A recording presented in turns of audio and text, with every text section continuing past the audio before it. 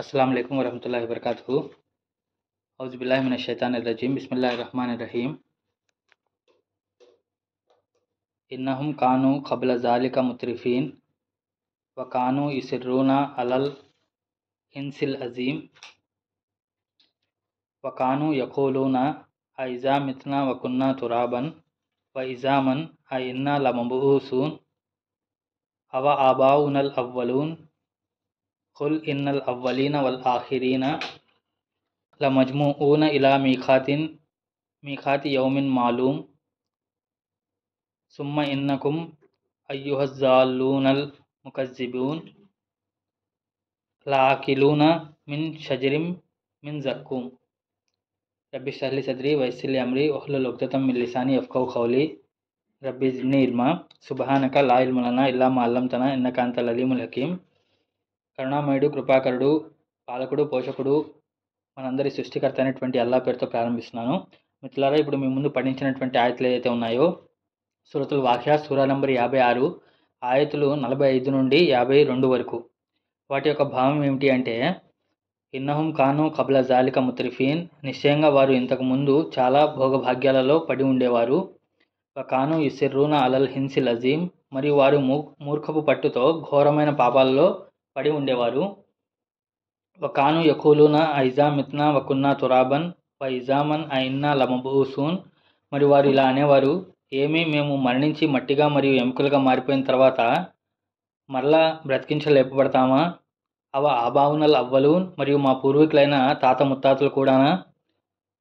ఖుల్ ఇన్నల్ అవ్వలీన వల్ ఆఖరీన్, ఓ ప్రవక్త నువ్వు ఇలా చెప్పు, నిశ్చయంగా మీ పూర్వీకులు మరియు తర్వాత వారు కూడా లమజ్ముఊన ఇలా మీఖాతి యౌమిన్ మాలూమ్, మీ పూర్వీకులు మరియు తర్వాత వచ్చే వారందరూ కూడా ఆ నిర్ణీత రోజు కోసం ఆ సమయమున సమావేశపరచబడతారు. సుమ్మ ఇన్నకుం అయ్యుహజ్జాలూనల్ ముకజ్జిబీన్, నిశ్చయంగా మార్గభ్రష్టులైన ఓ అసత్యవాదులారా, లా ఆకులూన మిన్ షజరిం మిన్ జక్కుం, మీరు జక్కుం చెట్టు ఫలాలను తింటారు. ఇది ఈ ఆయతులుగా క్లుప్తమైనటువంటి తర్జుమా అండి. ఇన్షాల్లా దీని గురించి మరిన్ని వివరాలు మళ్ళీ మనం మాట్లాడుకునేటువంటి ప్రయత్నం తెలుసుకునేటువంటి ప్రయత్నం చేద్దాం. గత వారం క్లాస్లో మనం ఏదైతే చెప్పుకున్నామో అది సూరతుల్ వాకియాలోని 3 పక్షాల్లో వారు ఎవరైతే ఉన్నారో ఆ 3 పక్షాల్లో 3వ పక్షం వారు, ఎడమ పక్షం వారు, వాళ్ళ గురించి కొన్ని విషయాలు మనం చర్చించుకోవడం జరిగింది. సో ఆ ఎడమ పక్షం వారు ఎవరైతే ఉన్నారో వారు నరకాగ్నిలో సలసల కాగే నీటిలో ఉంటారు అని చెప్పేసి ఫీ సమూమిన్ వ హమీం, సమూమ్ అనే పదానికి హమీం అనేటువంటి పదానికి అర్థాలు ఏదైతే ఉన్నాయో అవి తెలుసుకున్నాం. దాని తర్వాత వాళ్ళు నల్లటి పొగఛాయలో ఉంటారు. మరియు ఆ నల్లటి పొగఛాయ లా బారిదిం వల్ల కరీం, అది ఎలాంటి చల్లదనాన్ని ఇవ్వదు మరియు ఎలాంటి గౌరవాన్ని కూడా అది ఇవ్వదు, ఎలా ఓదార్చదు అని చెప్పేసి ఆ విషయాలు మనం చెప్పుకున్నాం. ఇదంతా కూడా ఎవరి కోసం అంటే ఎడమ పక్షం వారి కోసం అని చెప్పేసి చెప్పడం జరుగుతుంది అనమాట. ఎడమ పక్షం వారి గురించి ఇక్కడ మనం చాలా జాగ్రత్తగా గమనించాల్సినటువంటి విషయం ఏమిటి అంటే, కుడిపక్షం వారి గురించి చెప్పబడినప్పుడు, దాని తర్వాత అస్సాబిఖూన్ గురించి చెప్పబడినప్పుడు, సాబిఖూన్ ముందుండేటువంటి వాళ్ళ గురించి చెప్పబడినప్పుడు ఏం చెప్పారు అంటే, ఇది వారు చేసినటువంటి కర్మలకు ప్రతిఫలంగాను అని చెప్పేసి చెప్పారనమాట. జాలిక ఏమన్నారంటే అక్కడ, అది మేము వారు చేసినటువంటి కర్మలకు ఫలితంగా ఇది వాళ్ళకి ఇవ్వబడుతుంది అని చెప్పేసి ముందున్నటువంటి వాళ్ళ కోసం చెప్పారనమాట. దాని తర్వాత కుడి చేతి పక్షం వాళ్ళ గురించి చెప్పినప్పుడు ఏం చెప్పారు అంటే, ఇది కుడిపక్షం వారికి లభించేటువంటి ఆతిథ్యము, ఇది కుడిపక్షం వారికి లభించేటువంటి ప్రతిఫలం అని చెప్పేసి చెప్పారనమాట. అక్కడ ఏమిటి అంటే, అక్కడ ఏం జరుగుతుంది, అక్కడ ఏమి వాళ్ళు సంపాదించుకున్నారు, ఏమి వాళ్ళకి లభించింది అనే దాని గురించి మాట్లాడారు. కానీ ఇక్కడ ఎడం చేతి పక్షం వారి గురించి మాట్లాడేటప్పుడు ఇక్కడ ఏం మాట్లాడుతున్నారు అంటే, వాళ్ళకి ఏం లభిస్తుందో అది చెప్తూనే వాళ్ళు ఇక్కడ రావడానికి కారణం ఏమిటి అనే దాని గురించి కూడా చెప్పారనమాట. దానికి రావడానికి కారణం ఏంటి అనేది కూడా మెన్షన్ చేయడం జరిగింది. అక్కడ వాళ్ళ దానికి ఏమిటంటే కారణం ఏంటి చెప్పలేదు. వాళ్ళు ఇదివరకు నమాజులు చేసేవాళ్ళ, లేకపోతే ఇదివరకు సదకాలు చేసేవాళ్ళ, లేకపోతే ఇదివరకు మంచిగా ఉండేటువంటి వాళ్ళ, లేకపోతే ఏంటని చెప్పలేదు.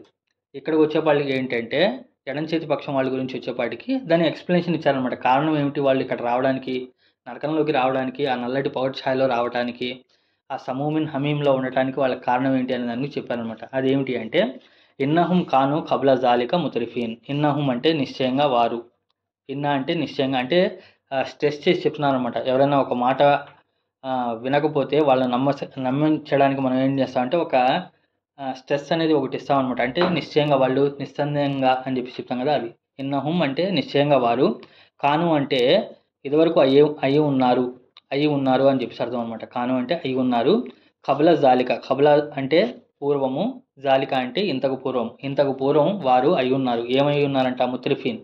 వారు ముత్రిఫీన్ అయి ఉన్నారు కారణంగా వాళ్ళు ఇక్కడ నరకంలోకి వచ్చారు అని చెప్పి చెప్తున్నారు అనమాట. ఇప్పుడు ముత్రిఫీన్ అనేటువంటి పదానికి మనం అర్థం చూస్తే తే రే ఫే అనేటువంటి అక్షరాల నుండి వచ్చిందనమాట. తిర్ఫా అంటే ఏమిటి అంటే సాధారణంగా అరబిక్ డిక్షనరీ ప్రకారం మనం మీనింగ్స్ చూస్తే ఏదైతే పై పదంపై ఉండేటువంటి ఎత్తు ఏదైతే ఉందో దాన్ని తిర్ఫ్ అని చెప్పి చెప్పడం జరుగుతుంది అనమాట. ఇంకా తిర్ఫ్ అంటే ఏంటంటే ఏదైతే బాగా ఎంజాయబుల్ అంటే బాగా తినటానికి బాగా ఆస్వాదిస్తూ తినేటువంటి భోజనం ఏదైతే ఉందో దాన్ని తిర్ఫ్ అని చెప్పేసి చెప్పడం జరుగుతుంది అనమాట. ఇంకా ఏమిటి అంటే తుత్రఫా అంటే ఏమిటి అంటే అందరికీ ఒక పెద్ద విందు భోజనాన్ని ఏర్పాటు చేయడం ఏదైతే ఉందో దాన్ని తుత్రఫా అని చెప్పి చెప్పడం జరుగుతుంది అనమాట.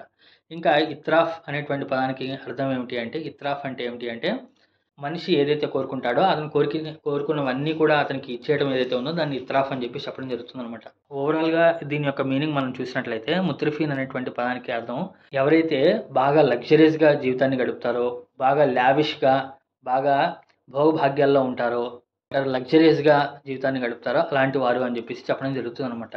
ఇక్కడ చాలా జాగ్రత్తగా గమనిస్తే ఇక్కడ దానికి కారణం ఏమిటంటే ముత్రిఫీన్ వారు బాగా భోగభాగ్యాల్లో ఉన్నారు ఇంతకు పూర్వం అని చెప్పి చెప్పారనమాట. ఇక్కడ వాళ్ళు షిర్క్ చేసేవారు అయి ఉన్నారు అని చెప్పి చెప్పలా.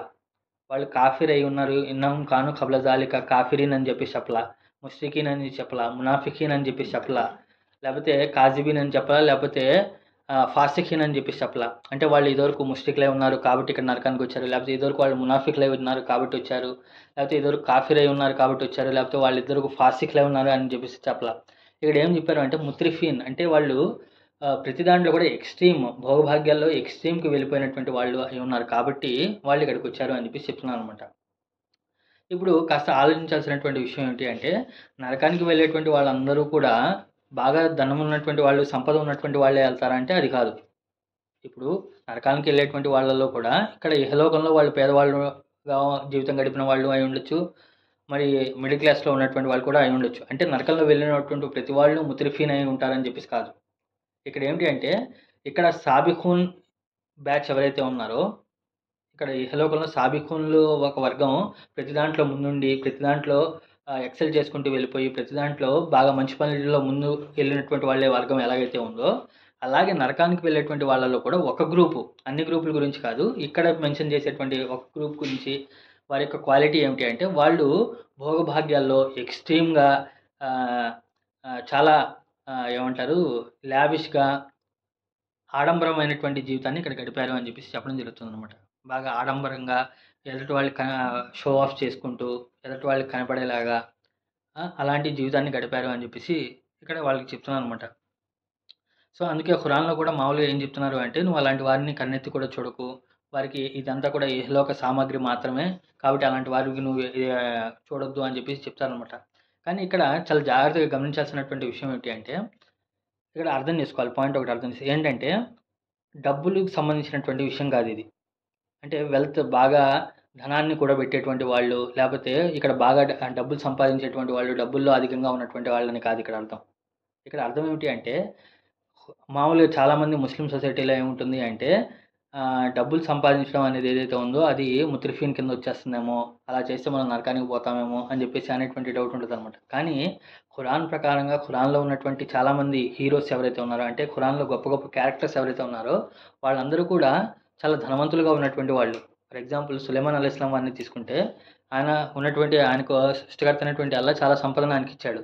అయినా కానీ ఆ సంపదలో కూడా ఆయన ఏమిటి అంటే ఆ సంపదను ఎక్కడ యూజ్ చేయాలి మరియు అది ఉన్నా సరే ఎలా మనిషి ప్రవర్తించాలి అనేటువంటి విజయాన్ని చూపించడం జరిగింది.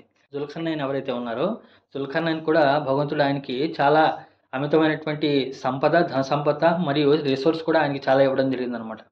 అలా ఇచ్చిన దాంతో ఏమిటి అంటే ఆయన ప్రపంచాన్ని ఏలేటువంటి సమయంలో ఎవరైతే మంచి పనులు చేశారో వారిని మంచిగా చూసుకుంటూ, ఎవరైతే చెడు పనులు చేశారో వారిని శిక్షిస్తూ చాలా న్యాయమైనటువంటి జీవితాన్ని గడిపి ఆయన ఏమిటంటే ఒక ఎగ్జాంపుల్ అనేది సెట్ చేయడం జరిగింది. వాళ్ళ గురించి ఖురాన్లో మెన్షన్ చేయడం జరిగింది.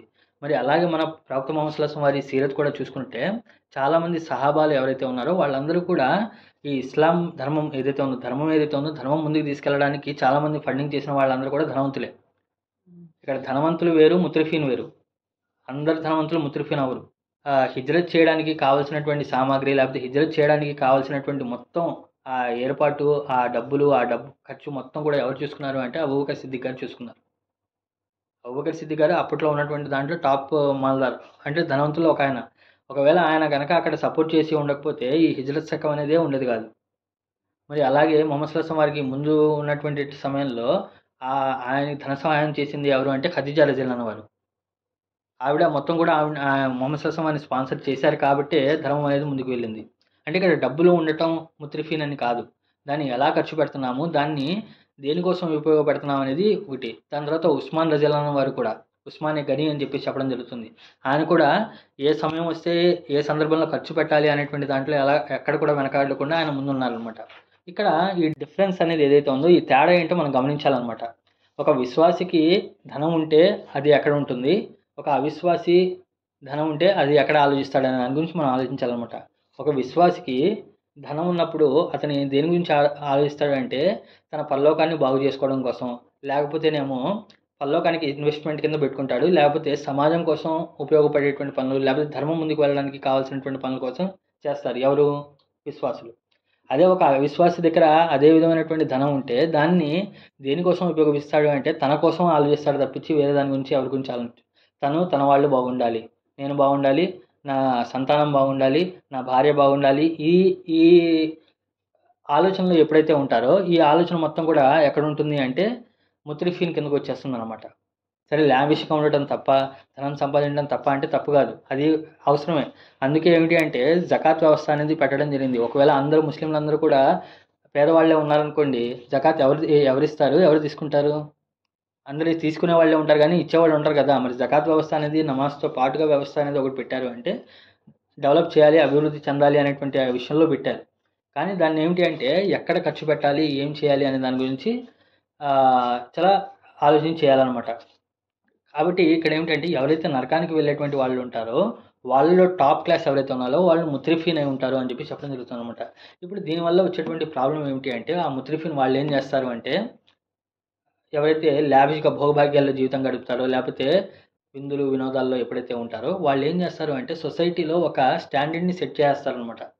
అంటే అందరూ కూడా ఇదే స్టాండర్డ్ని ఫాలో అవ్వాలి, అందరూ కూడా ఇదే విధంగా నడుస్తూ వెళ్ళాలి అని చెప్పేసి ఒక ఎగ్జాంపుల్ అనేది సెట్ చేస్తారు. దానివల్ల ఏమవుతుంది అంటే మిగతా వాళ్ళు ఎవరైతే ఉన్నారో మిగతా ప్రజలు ఎవరైతే ఉన్నారో వాళ్ళు దాన్ని అందుకోవడం కోసం ఏమిటి అంటే తప్పుల్లో లేకపోతే వడ్డీల్లో దాంట్లోకి వెళ్ళిపోవడం జరుగుతుంది అనమాట. ఆ వడ్డీల్లో అదంతా కూడా వెళ్ళిపోయి ఏమవుతుంది అంటే వాళ్ళకి ధనం ఉంటుంది కాబట్టి వాళ్ళు దాని నుండి రిటర్న్ అయిపోతారు, సస్టైన్ అయిపోతారు. కానీ వెనకాల ఉండేటువంటి వాళ్ళందరూ కూడా ఏమిటి అంటే అటు ఆ సొసైటీ స్టాండర్డ్స్ని సెట్ చేయలేక ఏమవుతారంటే వాళ్ళు ఇబ్బంది పడిపోతారు అనమాట. కాబట్టి ఏంటంటే ఈ ముత్రిఫీన్ అనేటువంటి వాళ్ళు ఎవరైతే ఉన్నారో ఇక్కడ నరకంలో ఈ కాల్చబడేటువంటి వాళ్ళు ఎవరైతే ఉన్నారో వాళ్ళు సొసైటీలో అడ్డదిడ్డమైనటువంటి స్టాండర్డ్స్ సెట్ చేశారు. వాళ్ళు ఏమిటి అంటే ప్రతి విషయంలో కూడా భోగభాగ్యాలు అలాంటి కల్చర్ సెట్ చేశారు అని చెప్పేసి అర్థం అనమాట. అంటే ఎలాగైతే ఇక్కడ ఎలా అర్థం చేసుకోవాలంటే సాబిఖూన్లో ముందున్నటువంటి వాళ్ళు ఎలాగైతే ముందు మంచి పనులు చేసుకుంటూ వెళ్ళిపోతున్నారో అలాగే వీళ్ళు చెడు పనుల్లో ముందుకు వెళ్ళిపోయారనమాట. ఆ స్టాండర్డ్ని సెట్ చేశారు అది. సో దానివల్ల ఏమిటి అంటే మార్కెట్ మొత్తం కూడా వాళ్ళనే ఫాలో అవటం జరుగుతుందనమాట. దాని తర్వాత వకాను యుసిర్రూన అలల్ హిన్సిల్ అజీమ్. మరి అంతేకాదు దాని తర్వాత ఏం చేస్తారు అంటే మరియు కాను అంటే వాళ్ళు అయ్యి ఉండేవారు. యుసిర్రూనా అంటే ఏమిటి అంటే స్వాద్ రే అనేటువంటి అక్షరాల నుండి వచ్చిందనమాట. స్వాద్ రే అనేటువంటి అక్షరాలు. సిర్ అంటే ఏమిటి అంటే దానికి చాలా మీనింగ్స్ ఉన్నాయి. ఏదైతే బలంగా వీచేటువంటి చల్లగాలులు ఏదైతే ఉన్నాయో, లేకపోతే బలంగా వీచేటువంటి వేడిగాలులు ఏదైతే ఉన్నాయో, నరకంలో వీచేటువంటి వేడిగాలులు ఏదైతే ఉన్నాయో దాన్ని సిర్ అనేటువంటి పదంతో యూజ్ చేశారు అనమాట.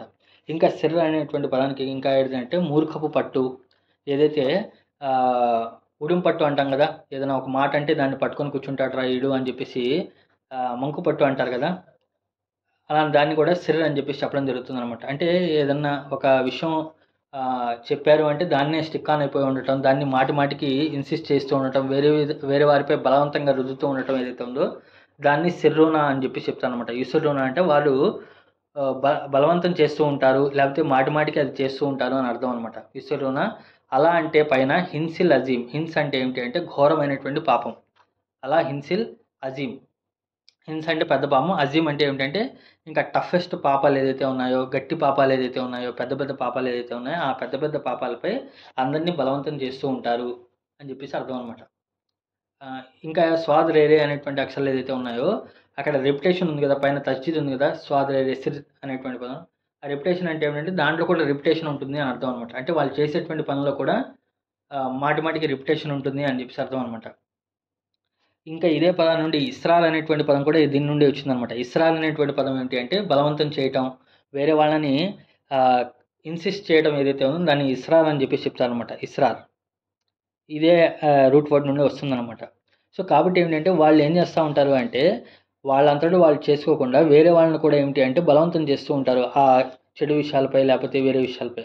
ఫర్ ఎగ్జాంపుల్ ఇప్పుడు సొసైటీలో మార్కెట్లో ఏం చేస్తూ ఉంటారు అంటే క్రెడిట్ కార్డు బిజినెస్ లేకపోతే మల్టీ మార్కెటింగ్ స్కీమ్స్ ఏదైతే ఉన్నాయో, ఇప్పుడు క్రెడిట్ కార్డు తీసుకోండి తీసుకోండి తీసుకోండి అని చెప్పేసి ఎన్నిసార్లు బలవంతం చేస్తూ ఉంటారు.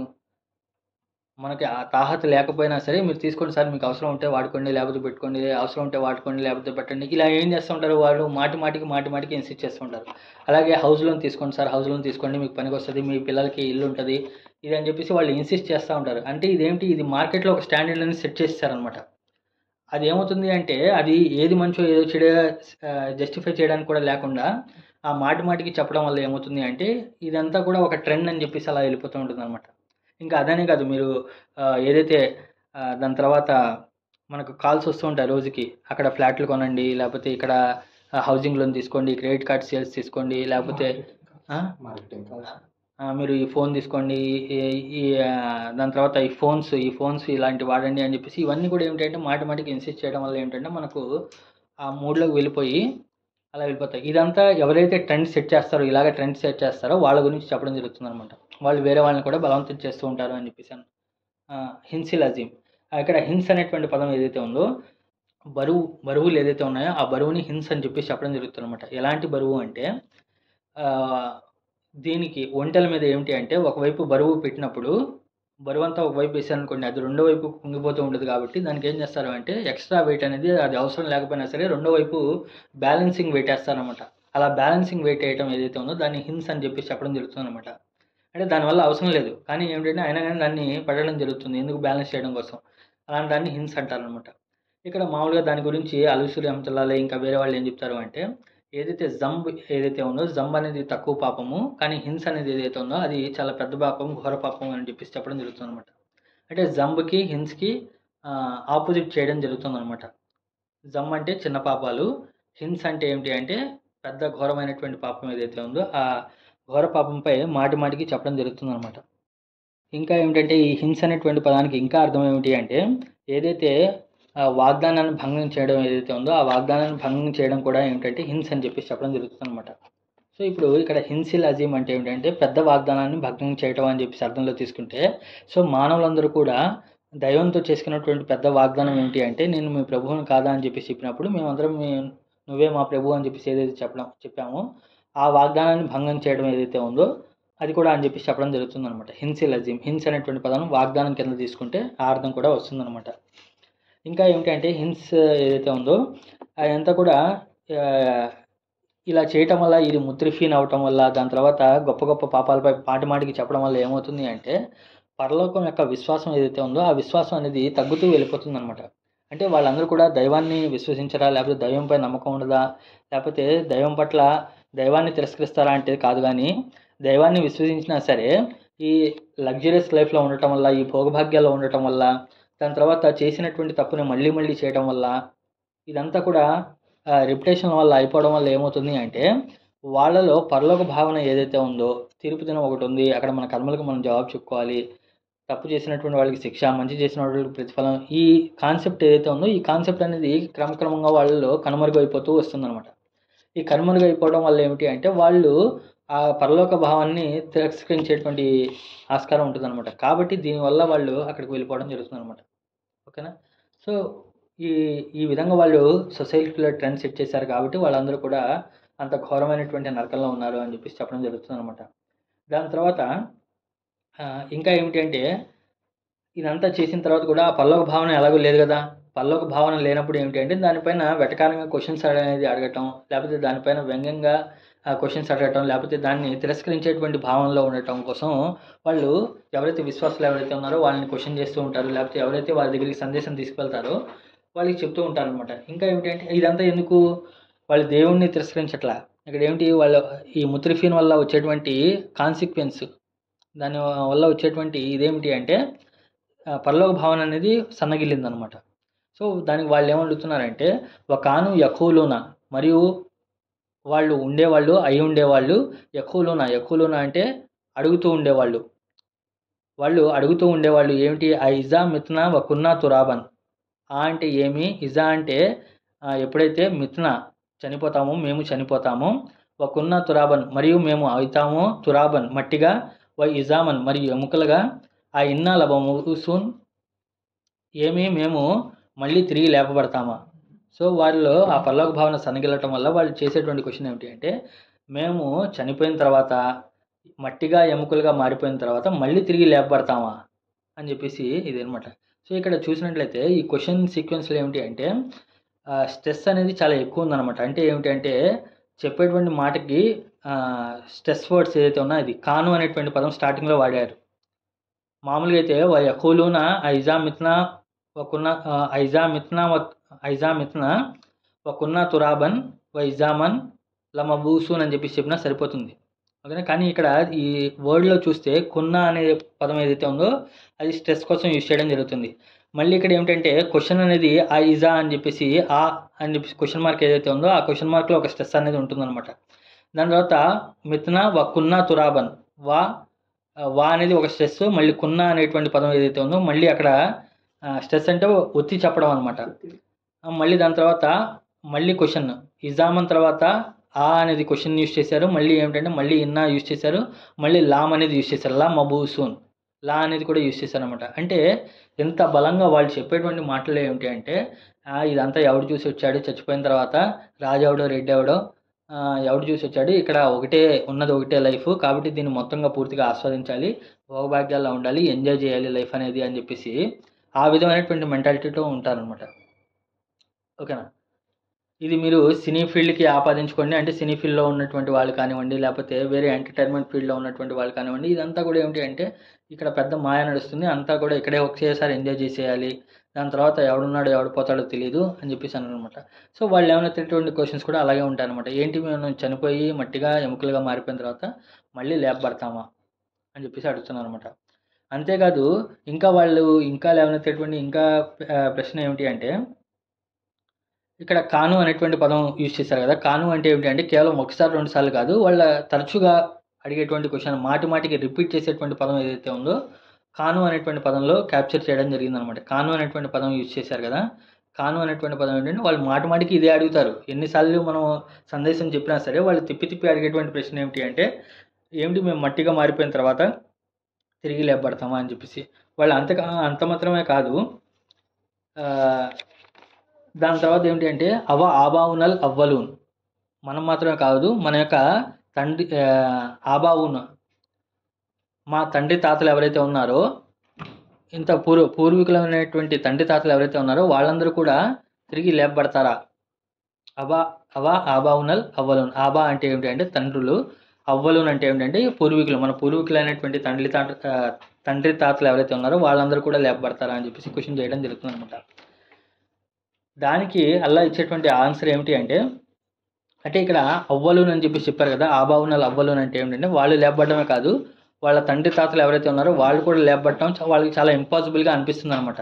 దానికి అల్లా ఇచ్చేటువంటి ఆన్సర్ ఏమిటి అంటే కుల్, ఓ ప్రవక్త నువ్వు ఇలా చెప్పు, ఇన్నల్ అవ్వలీన వాళ్ళ ఆఖరీన్, ఇన్న అంటే నిశ్చయంగా, అల్ అవ్వలీన్ అంటే ఏమిటి అంటే ముందున్నటువంటి వాళ్ళు, ఇంతకు పూర్వం ఉన్నటువంటి వాళ్ళు, వాళ్ళ ఆఖరీన్ మీ తర్వాత వచ్చేటువంటి వాళ్ళందరూ కూడా, కేవలం మీ తండ్రి తాతలు మాత్రమే కాదు, మీకు పూర్వీకులు దాని తర్వాత వచ్చేటువంటి వాళ్ళందరూ కూడా తిరిగి లేపబడతారు అని చెప్పేసి అక్కడ బ్రాకెట్లో ఏమిటంటే వాళ్ళందరూ కూడా తిరిగి లేపబడతారు అని చెప్పేసి మనం అర్థం చేసుకోవాలి. సో ఇక్కడ అవ్వలీన్ అనేటువంటి పదము, ఆఖరీన్ అనేటువంటి పదము ఇక్కడ ఫస్ట్ టైం రాలేదు మనకు. ఈ సూరా సీక్వెన్స్లో ఏమిటి అంటే ఇంతకు పూర్వం కూడా ఏమిటి అంటే కుడిపక్షం వాళ్ళ గురించి చెప్పినప్పుడు ముందు ఉండేటువంటి వాళ్ళ గురించి చెప్పినప్పుడు సుల్లతం మినల్ అవ్వలీన్ సుల్లతం మినల్ ఆఖరీన్ సుల్లతం మినల్ అవ్వలీన్ ఖలీలం మినల్ ఆఖరీన్ అనేటువంటి పదం యూజ్ చేశారు అక్కడ వాళ్ళకి. ఇక్కడ వాళ్ళకి ఏం చేశారు, ఎడంపక్షం వాళ్ళ గురించి యూజ్ చేసినప్పుడు ఏం చేశారంటే ఆబావునల్ అవ్వలూన్ కుల్ ఇన్నల్ అవ్వలీన వాళ్ళ ఆఖరీన్, ముందు ఉండేటువంటి వాళ్ళు చివరి ఉండేటువంటి వాళ్ళు అందరూ అని చెప్పి చెప్పారు. ఇక్కడ చూడండి అక్కడ ఏమిటి అంటే సుల్లతుం మినల్ అవ్వలీన్ ఖలీలుం మినల్ ఆఖరీన్, లేకపోతే సుల్లతుం అనేటువంటి పదాలు యూజ్ చేశారు. ఇక్కడ అలా కాదు, వాళ్ళందరినీ కూడా మొత్తం కలిపేసి ఒకటే గ్రూప్ కింద చేశారనమాట. ఎక్కువ మంది ఉంటారు తక్కువ మంది ఉంటారు అనేటువంటి విషయం చెప్పలా. ఇక్కడ ఏమిటి అంటే ఇన్నల్ అవ్వలీన వాళ్ళ ఆఖరీన్, ముందుండే వాళ్ళు ఎవరైనా సరే చివరి ఉండేటువంటి వాళ్ళు ఎవరైనా సరే ఎక్కువ తక్కువతో సంబంధం లేదు. ఇక్కడ వాళ్ళందరూ కూడా తప్పకుండా లేపబడతారు అని చెప్పి చెప్తున్నాను అనమాట. మీకు అర్థమవుతుందా? అంటే ముందుండేటువంటి పదాలను మనం తీసుకోవాలి. అక్కడ ఏం చెప్పారు ఇక్కడ ఏం చెప్పారు అని చూసుకుంటే అక్కడ ముందుండేటువంటి తరాల్లో ఎక్కువ మంది, తర్వాత ఉండేటువంటి తరాల్లో తక్కువ మంది అన్నాడు సాబికుని గురించి. కుడిపక్షం వాళ్ళ గురించి ఏం చెప్పారు అంటే ముందుండేటువంటి వాళ్ళు ముందు తరాల వాళ్ళలో కొంతమంది, తర్వాత తరాల వాళ్ళలో కొంతమంది అని చెప్పేసి అన్నారు. కానీ ఇక్కడ వచ్చేపాటికి ఏమిటి అంటే చెడు నరకంలో వెళ్ళే వాళ్ళ గురించి ఏమన్నారు అంటే ముందున్నటువంటి వాళ్ళ తరాల్లో అందరూ, తర్వాత ఉన్నటువంటి తరాల్లో అందరూ అని చెప్పేసి చెప్తున్నారు అనమాట. ఎవరైతే చెడు వాళ్ళు ఎవరైతే ఉన్నారో వాళ్ళందరూ ఏం చేయబడతారంట, లా మజ్మూ ఊన ఇలా మీఖాతి యౌమిన్ మాలూమ్. లా అంటే నిశ్చయంగా, అంటే ఇక్కడ లా అనేది తాకీద్ కోసం యూజ్ చేయడం జరిగింది అనమాట. లా మజ్మూ ఊన, మజ్మూ అంటే జమా అనేటువంటి పదం జీమ్ మీమ్ ఐన్ అనేటువంటి అక్షరాల నుండి వచ్చిందనమాట. మజ్మూ ఊన అంటే వారు పరచబడతారు. ఇక్కడ ఏంటంటే మజ్మూ ఊన్ అనేటువంటి పదం ఏదైతే ఉందో అది మాసీలో యూజ్ చేయడం జరిగింది అనమాట. అంటే ఏంటంటే వాళ్ళు ఆల్రెడీ సమావేశపరచబడ్డారు అనేటువంటి పదంలో యూజ్ చేశారనమాట. వాళ్ళందరూ కూడా సమావేశపరచబడ్డారు అంటే అయిపోయినట్టుగా చెప్పారనమాట. లా మజ్మూ ఊన ఎలా అంట ఇలా మీఖాతి. సో ఇలా అంటే వైపు నాకు, మీఖాత్ అంటే ఏమిటి అంటే ఒక వక్త్ అని చెప్పి చెప్తాం కదా. మీఖాత్ అనేటువంటి పదం వావ్ కాఫ్తే అనేటువంటి అక్షరాల నుండి వచ్చిందనమాట. వక్త్ అనేటువంటి. మీఖాత్ అంటే ఏమిటి అంటే ఒక టైమర్ అనమాట. ఇప్పుడు ఫర్ ఎగ్జాంపుల్ మనం టైమర్ పెట్టుకొని టైమర్ ఆన్ చేసుకొని ఇచ్చేస్తాం చూసారా, దాన్ని మీఖాత్ అని చెప్పేసి చెప్తారనమాట. అంటే కౌంట్ డౌన్ స్టార్ట్ అయిపోయింది కదా, అలా కౌంట్ డౌన్ స్టార్ట్ అయిపోయిన టైమర్ని ఏమంటారంటే మీఖాత్ అని చెప్పి చెప్తారనమాట. సో వాళ్ళందరూ కూడా సమావేశపరచబడ్డారు ఒక టైమర్ కోసం. ఒక టైమర్, ఆ టైమర్ ఎలాంటిదంట యౌమిన్ మాలూమ్. అది ఆ టైమర్ అయిపోయినప్పుడు ఏమవుతుంది అంటే యౌమిన్ మాలూమ్ ఒక తెలిసినటువంటి నిర్ణీత రోజు దగ్గరికి తీసుకెళ్తుంది అనమాట. యౌమిన్ మాలూమ్ అంటే ఏమిటంటే యౌమ్ అంటే దినము, మాలూమ్ అంటే ఏమిటంటే అందరికీ తెలిసినటువంటిది, అందరికీ జ్ఞానం ఉన్నటువంటిది అని చెప్పేసి అర్థం అనమాట. అంటే ఇక్కడ ఏమిటంటే యౌమిన్ మాలూమ్ అని చెప్పేసి ఏం చేశారంటే తెలిసినటువంటి ఒక దినము, నిర్ణయించబడినటువంటి ఒక దినానికి అక్కడ సమావేశపరచబడతారు అని చెప్పేసి చెప్తున్నారు అనమాట. ఓకేనా. ఇక్కడ ఏమిటంటే మామూలుగా మీఖాతిల్ యౌమిల్ మాలూమ్ అని చెప్పి చెప్పాలి. అక్కడ ఏమిటి అంటే మామూలుగా యౌమిన్ మాలూమ్ అని చెప్పి చెప్పినప్పుడు తెలిసినటువంటి ఒక దినము అంటే నిర్ణీత ఒక దినము అని చెప్పి చెప్పినప్పుడు ఏం చేయాలంటే, అంటే జడ్జ్మెంట్ డే అనేది ఒకటి ఫిక్స్డ్ డే కదా, అది మారిఫా కదా. ఇప్పుడు ఆ మారిఫాని మారిఫా కింద ఉంచాలి అంటే అక్కడ అల్ యౌమిల్ మాలూమ్ అని చెప్పేసి చెప్పాలి మామూలుగా అయితే యాక్చువల్గా అరబిక్ ప్రకారం. కానీ ఇక్కడ ఏమిటంటే యౌమిన్ మాలూమ్ అని చెప్పేసి దాన్ని నకిరా చేశారు. అంటే కింద దోజేరు, ఇటు పక్కన దోజేరు వచ్చేసింది అనమాట. అంటే ఏంటంటే దాన్ని అన్నోన్ కింద పెట్టారు. అంటే ఆ యౌమిన్ మాలూమ్ ఏదైతే ఉందో అది రావడం తథ్యమే, కానీ అది ఎప్పుడు వస్తుందో అది మనకు అన్నోన్, అది తెలీదు. అది వెంటనే రావచ్చు, లేకపోతే కొన్ని సంవత్సరాల తర్వాత రావచ్చు, కానీ దాని తర్వాత అయినా రావచ్చు అని చెప్పేసి దాన్ని నకిరా చేయడం జరిగిందనమాట. ఇంకా ఏమిటి అంటే ఇంకా యౌమిన్ మాలూమ్ అల్ పెట్టకుండా తెలిసినటువంటి దినాన్ని యౌమిన్ మాలూమ్ అని చెప్పేసి పెట్టినప్పుడు ఇక్కడ ఏమిటి అంటే అది తాజీం కోసం, దాని యొక్క పవర్ని పెంచడం కోసం యూజ్ చేయడం జరుగుతుంది అనమాట. ఓకేనా. అంటే ఏమిటంటే యౌమిన్ మాలూమ్ అని చెప్పేసి పెట్టినప్పుడు అల్ తగిలించి ఉంటే ఏమిటి అంటే దాని యొక్క వాల్యూ అనేది తగ్గిపోయేది. కానీ అలా అనేది పెట్టకుండా అలాగే యౌమిన్ మాలూమ్ అని చెప్పేసి పెట్టినప్పుడు ఏమవుతుందంటే దాని యొక్క తాజీం, దాని యొక్క రెస్పెక్ట్ ఏదైతే ఉందో, దాని యొక్క గౌరవం ఏదైతే ఉందో అది పెరుగుతుంది అనమాట. అంటే ఇది అంతా కూడా అరబిక్ గ్రామర్ తెలిసినటువంటి వాళ్ళకి అంతా కూడా తెలుస్తుంది అనమాట. సో ఇక్కడ చెప్పేటువంటి విషయం ఏమిటి అంటే వాళ్ళు లేవనెత్తినటువంటి ప్రశ్న ఏమిటి అంటే చనిపోయిన తర్వాత ఎముకలుగా మట్టిగా మారిపోయిన తర్వాత మేము మా తండ్రి తాతలు లేపబడతామా అని చెప్పేసి అడిగారు అనమాట. లేపబడతామా అన్నారు. ఏమడిగారు వాళ్ళు? మబ్ఊసూన్, తిరిగి లేపబడతామా అని అడిగారు. కానీ ఇక్కడ ఇచ్చినటువంటి ఆన్సర్ ఏమిటి? హుల్ ఇన్నల్ అవ్వలీన వల్ల ఆఖరీన్, నిశ్చయంగా వాళ్ళు ముందుండేటువంటి వాళ్ళైనా ఆఖరిగా ఉండేటువంటి వాళ్ళైనా వాళ్ళందరినీ మేము జమా చేస్తాము అన్నారు. వాళ్ళు ఏమిటి లేపుతారా అని అడిగారు. ఇక్కడ ఏం సమాధానం చెప్పారు? లేపడమే కాదు, తీసుకొచ్చి జమా చేసి పెడతాము. అంటే వాళ్ళందరినీ కూడా ఒక గ్రూప్గా, జమాత్గా చేసి పెడతాము. ఎప్పుడు అంటే ఒక నిర్ణీతమైనటువంటి సమయం ఉంది, ఆ సమయంలో ఆ తెలిసినటువంటి రోజున మేము పెడతాము అన్నమాట. ఇప్పుడు ఇక్కడ యౌమున్ మాలూమ్ అని చెప్పేసి ఎందుకన్నారు?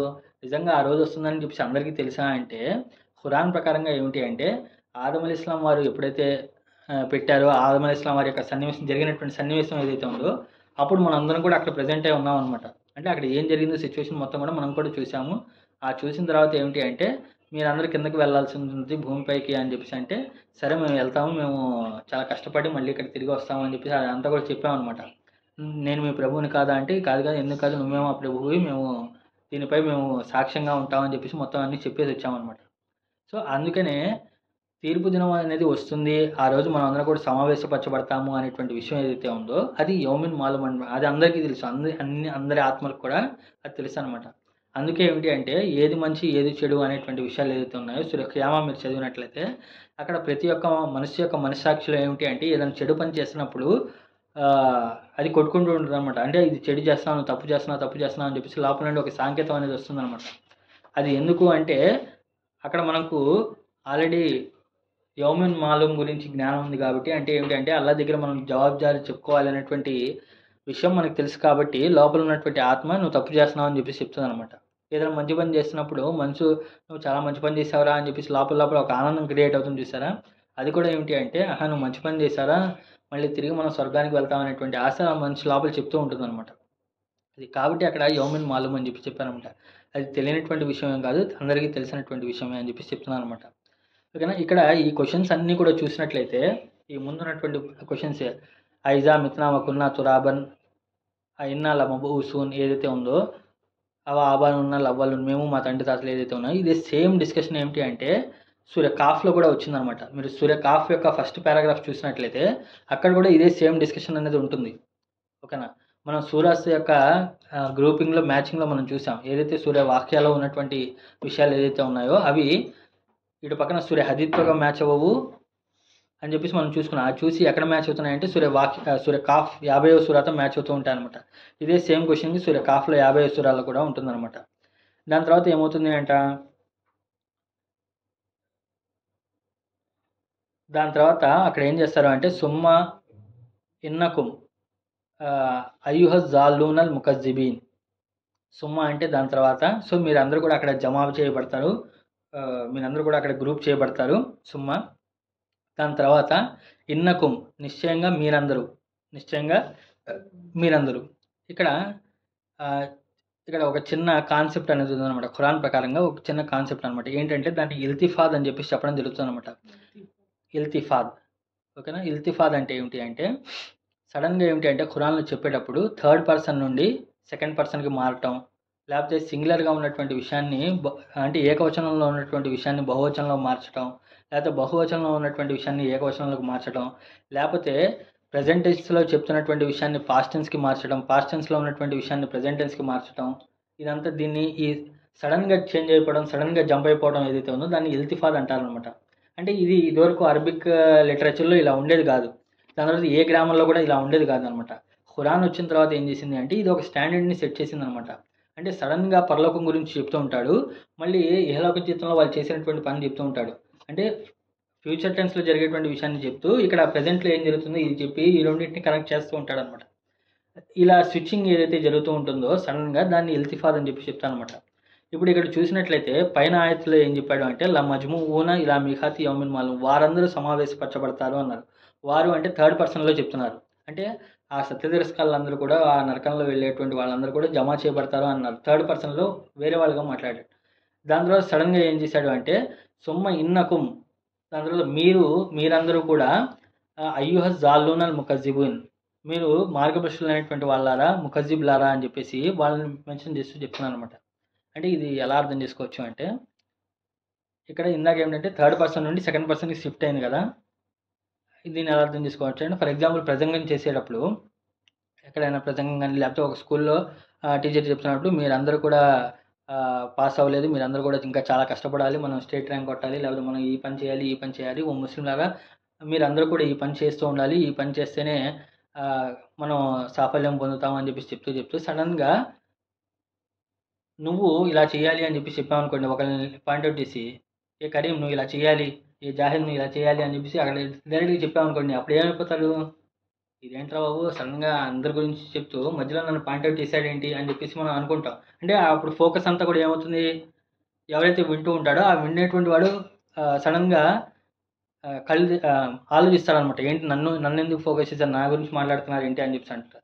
అలాగే ఏంటి అంటే అక్కడ వాళ్ళందరూ సమావేశపరచబడతారు, వాళ్ళందరినీ మేము తిరిగి లేపబడతామని చెప్పి చెప్తూ సడన్గా, ఓ ఖురేషులారా మీరు జాల్నూన్ అయిపోయారు, మీరేమో ముకజ్జిబీన్ అయిపోయారు అని చెప్పేసి అన్నారంటే, అదేంటి ఎవరో గురించి నరకం గురించి చెప్తూ మనల్ని పాయింట్అవుట్ చేస్తారేంటి, నన్ను గురించి మాట్లాడుతున్నారు ఏంటి అనుకుంటారు. ఇక్కడ ఏమిటంటే సుమ్మ ఇన్నకుం, దాని తర్వాత మీరు, అంటే అక్కడ ఉన్నటువంటి ఖురేషులని ఉద్దేశించి చెప్తున్నాను అనమాట. తర్వాత మీరు ఎలాంటి వాళ్ళు, అయ్యుహ జాలూనల్ ముకజ్జిబూన్. అయ్యుహ అంటే ఓ, అంటే వాళ్ళని పిలుస్తున్నారు అనమాట. ఏమని పిలుస్తున్నారు, జాలూన్ అల్ ముకజ్జిబూన్. జాలిన్ అంటే ఏమిటి అంటే మార్గం తప్పిపోయినటువంటి వాళ్ళు. ముకజ్జిబీన్ అంటే ఏమిటి అంటే ఎవరైతే అసత్యం అని చెప్పేసి తిరస్కరించారో వాళ్ళు అని చెప్పేసి అర్థం అనమాట. ఈ జాల్లూన్ ముకజ్జిబీన్ అనేటువంటి అక్షరాల పదాలు ఏదైతే ఉన్నాయో ఈ ఖురాన్లో మాటి మాటికి వస్తూ ఉంటాయన్నమాట.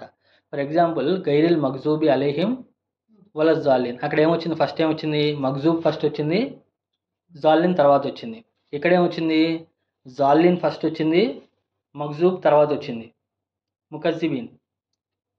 ముకజ్జిబీన్ వచ్చింది. దాని తర్వాత ఇదే సూరా లాస్ట్లో 92వ ఇక్కడ ముకజ్జిబీన్, మగ్జూబీ కాదు ముకజ్జిబీన్, సూరా ఫాతిహాలది కాదు, ఇది ముకజ్జిబ్ అంటే అసత్యవాదులు అని చెప్పి అర్థం అనమాట. ఇక్కడ ముకజ్జిబీన్ అనేది ఇదే సూరా ఎండింగ్లో ఏముంటుంది అంటే, వా అమ్మ ఇన్ కాన మినల్ ముకజ్జిబీన్ జాలీన్. అక్కడ ఫస్ట్ ముకజ్జిబ్ అనేటువంటి పదం వస్తుంది, దాని తర్వాత జాలీన్ అనేటువంటి పదం వస్తుంది అనమాట. ఓకేనా. సో ఇక్కడ జాలీన్ ముకజ్జిబీన్ అనేటువంటి పదాలు ఏంటంటే ఇటు అటు చేంజ్ అవుతూ ఉంటాయి అనమాట. ఇది ఎలాంటిది అంటే, కొంతమంది ఫస్ట్ తిరస్కరిస్తారు, దాని తర్వాత మార్గం తప్పిపోతారు. కొంతమంది ఫస్టే మార్గం తప్పిపోతారు, దాని తర్వాత ఆ మార్గం తప్పిపోయిందాన్ని నేనే సత్యంలో ఉన్నాను అని చెప్పి చెప్పుకోవడానికి ఏం చేస్తారు అంటే వేరే దాన్ని అబద్ధం అని చెప్పేసి తృణీకరిస్తారు అనమాట. ఇదంతా కూడా ఏమిటి అంటే సైక్లిక్ ప్రాసెస్ అనమాట. సైక్లిక్ ప్రాసెస్ అంటే కొంతమంది ఫస్ట్ ముకజ్జిబ్ అవుతారు, దాని తర్వాత జాలీన్ అవుతారు, ఫస్ట్ జాలీన్ కొంతమంది అవుతారు, తర్వాత ముకజ్జిబ్ అవుతారు అనమాట. కానీ ఇక్కడ జాలీన్ అనేటువంటి పదం జాద్ లామ్ అనేటువంటి అక్షరాలను వచ్చిందనమాట. జల్ల అంటే ఏమిటి అంటే ఒక ప్రదేశానికి వెళ్ళేటప్పుడు మార్గం తప్పిపోవడం ఏదైతే ఉందో దాన్ని జల్ అని చెప్పి చెప్తానమాట. ఇక్కడ ఖురాన్లో 2 పదాలు ఉంటాయన్నమాట. మామూలుగా అయితే జల్ అనేటువంటి పదం ఒకటి ఉంటుంది, ముజిల్ అనేటువంటి ఒక పదం ఉంటుంది అనమాట. జాలిన్ అంటే ఏమిటి అంటే వాళ్ళు స్వతహాగా తమకు తాము మార్గం తప్పిపోయారనమాట. అంటే ఎవరో చెప్తే మార్గం తప్పేవాడిని ఏమంటారు అంటే ఫర్ ఎగ్జాంపుల్ నేను ఎక్కడికో వెళ్తున్నాను, మధ్యలో ఎవరిని అడిగాను బాబు దారి ఎటు అని చెప్పేసి అంటే అతను నాకు సరైన దారి చెప్పబోయి వేరే దారి చెప్పేశాడు. అలా వేరే వాడు చెప్తే నేను దారి తప్పిపోయాను అనుకోండి, అప్పుడు నేను ముజిల్ అవుతాను.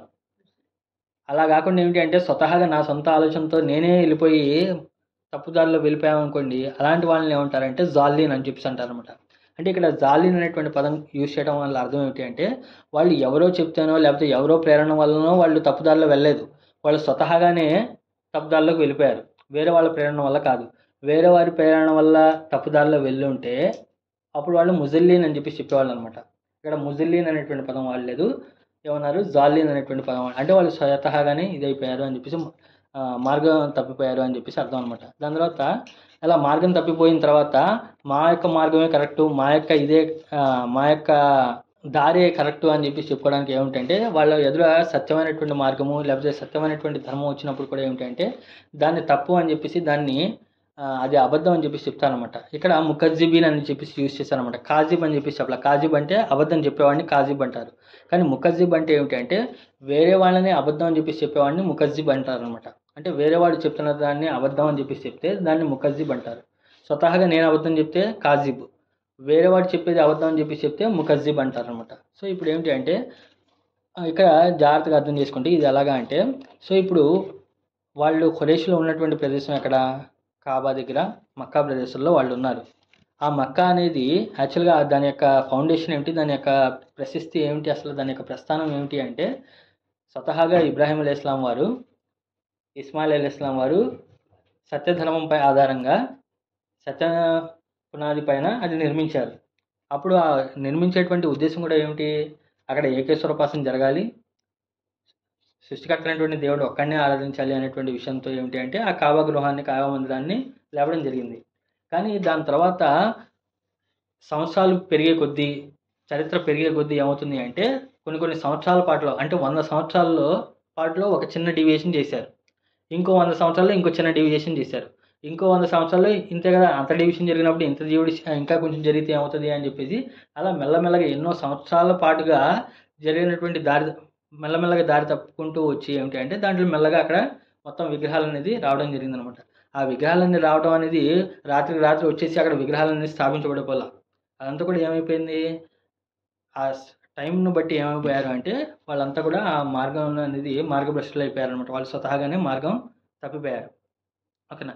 ఇప్పుడు తప్పిపోయిన తర్వాత అక్కడ ఏమైపోయింది అంటే ఎలా తప్పిపోయారు అనే దాని గురించి ఇంకా కొంచెం బాగా మాట్లాడుకోవాలి అంటే, సాధారణంగా ధర్మం విషయం వచ్చేపాటికి, ధర్మము, దేవుడు అనేటువంటి విషయాలు వచ్చేపాటికి అందరి మైండ్లో ఉండేటువంటి ఒకటే అపోహ ఏమిటి అంటే, నేను ఈ ధర్మాన్ని తెలుసుకుంటే, లేకపోతే నేను దేవుడిని నమ్ముకుంటే నాకు కలిసి వచ్చేయాలి. నేనేమన్నా పూజ చేస్తున్నా, ప్రార్థన చేస్తున్నా, నమాజ్ చేస్తున్నా, దువా చేస్తున్నా సరే నాకు ఇది అయిపోవాలి, నాకు ఇది కావాలి అనేటువంటి ఉద్దేశంతోనే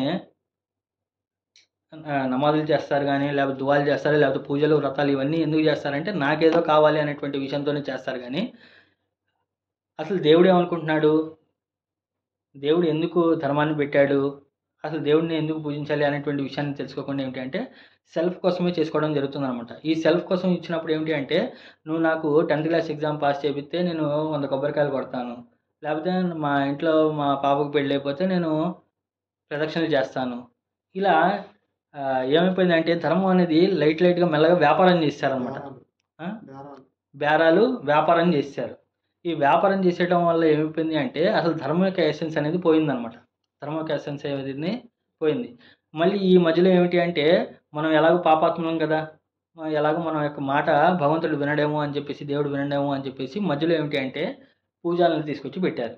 ప్రీస్టు, ఇమాము ఈ పూజలు వచ్చి తీసుకొచ్చి పెట్టడం జరిగిందనమాట. వాళ్ళు ఏమిటి, నువ్వు ఇలా చేస్తే ఒక 100 కొబ్బరికాయలు కొడితే నీ పని అవుతుంది, ఒక 100 సార్లు ఇటు ప్రదక్షిణాలు చేస్తే ఈ పని అవుతుంది, నువ్వు మెట్ల మార్గం పైన వస్తే ఈ పని అవుతుంది. ఇలాంటివన్నీ కూడా ఏమిటంటే ఈ బేరాలు. దీంట్లో ఏమిటి అంటే ఒక నువ్వు 200 టికెట్ తీసుకుంటే ఈ దారి, 1000 రూపాయల టికెట్ తీసుకుంటే ఈ దారి అని చెప్పేసి ఈ మధ్యలో ఏమిటంటే దీని మొత్తాన్ని కూడా అసలైనటువంటి ధర్మాన్ని ఏం చేశారు అంటే వ్యాపారం చేశారు. ఈ వ్యాపారం చేయడం వల్ల ఏమైపోయిందంటే ఇదే జాలిన్ అనమాట. ఇది ఏమైపోయింది, దారి తప్పిపోయారు. మెల్లగా ఏమైపోయారు, అక్కడ దారి తప్పిపోయారు. అంటే ఖురేష్ సామ్రాజ్యం ఏదైతే ఉందో, ఆ మక్కా దగ్గర, కాబా దగ్గర ఏదైతే ఉందో అది పూర్తిగా వ్యాపారం కింద మారిపోయింది అనమాట. ఇప్పుడు వ్యాపారం కింద మారిపోయిన తర్వాత ఇప్పుడు ప్రవక్త ముహమ్మద్ సల్లల్లాహు అలైహి వసల్లం వారు వచ్చి, బాబు ఇది కాదు, అసలు మీ తండ్రి అయినటువంటి ఇబ్రాహీం అలైహిస్సలాం వారు చేసినటువంటిది ఏంటిది అని చెప్పేసి ఆయన సత్యధర్మం మళ్ళీ ఎప్పుడైతే ఉన్నదాన్ని మళ్ళీ గుర్తు చేయడానికి తీసుకొచ్చారో అప్పుడు వాళ్ళు ఏం చేశారు, కాదు నువ్వు చెప్తుంది తప్పు అని చెప్పేసి ప్రవక్తాన్ని ఏం చేశారు, ముకజ్జిబ్ అంటే ఆయన చెప్తుంది అబద్ధం అని చెప్పేసి వేరే వాళ్ళకి ప్రచారం చేశారు. ఈ విధంగా ఏమిటంటే ధర్మం అనేది దారి తప్పిపోతూ ఉంది. అంటే వీళ్ళు దారి తప్పిపోతున్నారు ప్రజలు.